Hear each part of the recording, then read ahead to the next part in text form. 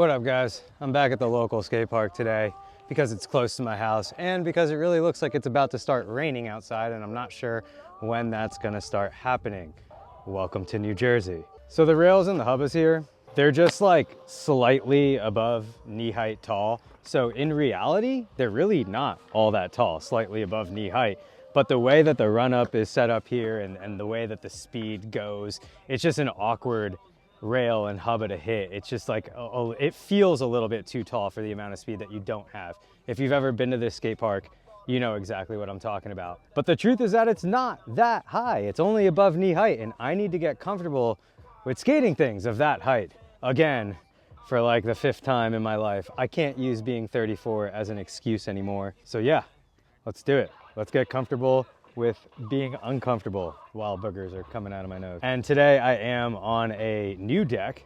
I just put on a brand new Madrid board, Daniel Yeager's Pro Model, shout out Dan. And I got new bushings in there too. I just switched from Shorty's Dodos, like actual Dodos. I found them at Pro Skateboard Shop. They have a few sets left. And I just put in those stock Ace bushings, the medium hardness. Those seem to work well for me anytime I've used them.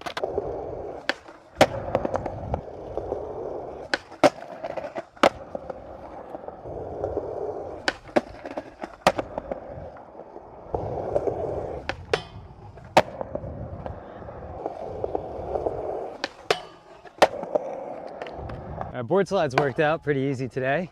Less scary now that I've been doing this more often. So gonna throw a feeble, and today I want to do some other grinds on it too. So hopefully push it a little further with like front Smith, front lip, back lip would be great. So I feel like I could do that. So let's see where the session goes. Oh, you know what the hard part about this rail is? Like when you get onto the rail, you're still all the way up here. So like the speed doesn't put you out there. So you have to ollie very, very high.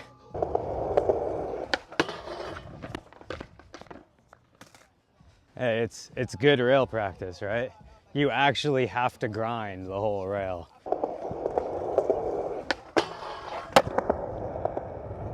I guess front Smith would be the next comfy because it's basically back feeble from the other side.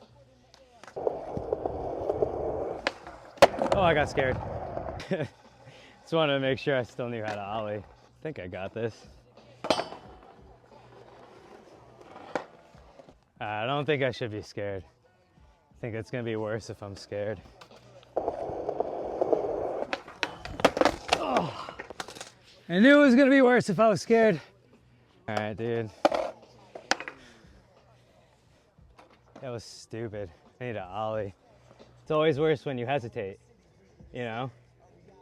Like I gotta just not be scared and trust the fact that I know how to ollie onto this thing. Like it's not that tall. There we go. Isn't it weird getting old, man? You like doubt yourself with things like, you know, you could do.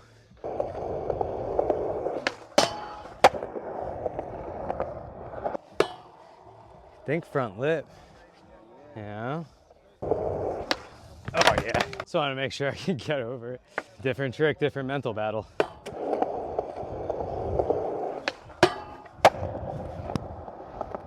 Wow. Talk about being in your head a lot, huh? I probably rolled up to that like what, 6 different times that I'm not going to show in this episode and was scared. That was the first try I actually jumped on the rail. Interesting. Dude, I just need them to be able to hear like the vibe right now.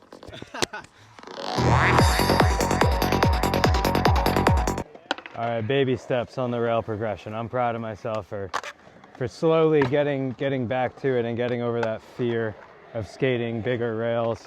I just gotta like keep making them bigger and bigger, keep skating them. That's the only way to get comfortable again. But I got a whole rest of the day to skate, so I want to see what else I can get here at the park. But I do want to like make this like a little bit of a challenge. I kind of want to keep with the theme of like filming tricks I don't normally do. Like I know I skate here a lot, so you guys probably see me do a lot of my same regular tricks here. So I'm going to try to switch it up. Start with varial heel over the hip. That trick usually gives me a hard time. Dude. Why does this trick suck ass? Get it? Yeah. Get what, dude? I already did it. I meant to do it with 1 foot. I know. Get it again. Varial heel foot plant. Woo!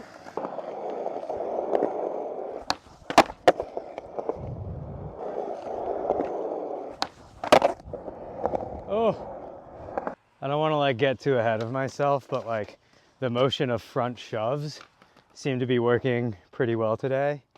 And I feel like I can front shove the 2 block because of that. So I think I'm gonna try that. Let's like send a front shove off the loading block first. Oh! All right, that worked out nicely. Should probably just send it over the 2 block. So yeah, quick ollie, quick 180, and then I'll send the shove. Hopefully it feels better than it did off the loading dock.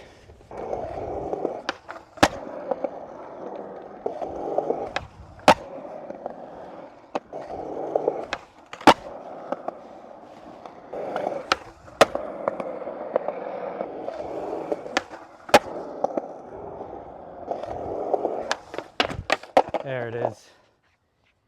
Just gotta stick it, man. Just like flat ground.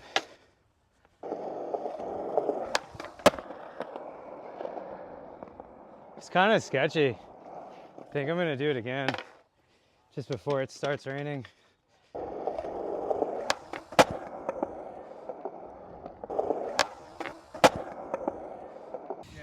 Raindrops falling on the railings, time to go. All right, so I mentioned at the beginning of this video, I was skating a new board and I put new bushings in my trucks as well. And a few things that I like really actually love is the way a new board and new grip tape feels. I don't even mind like the way new shoes feel. Like after the first 2 kickflips, new shoes feel great to me.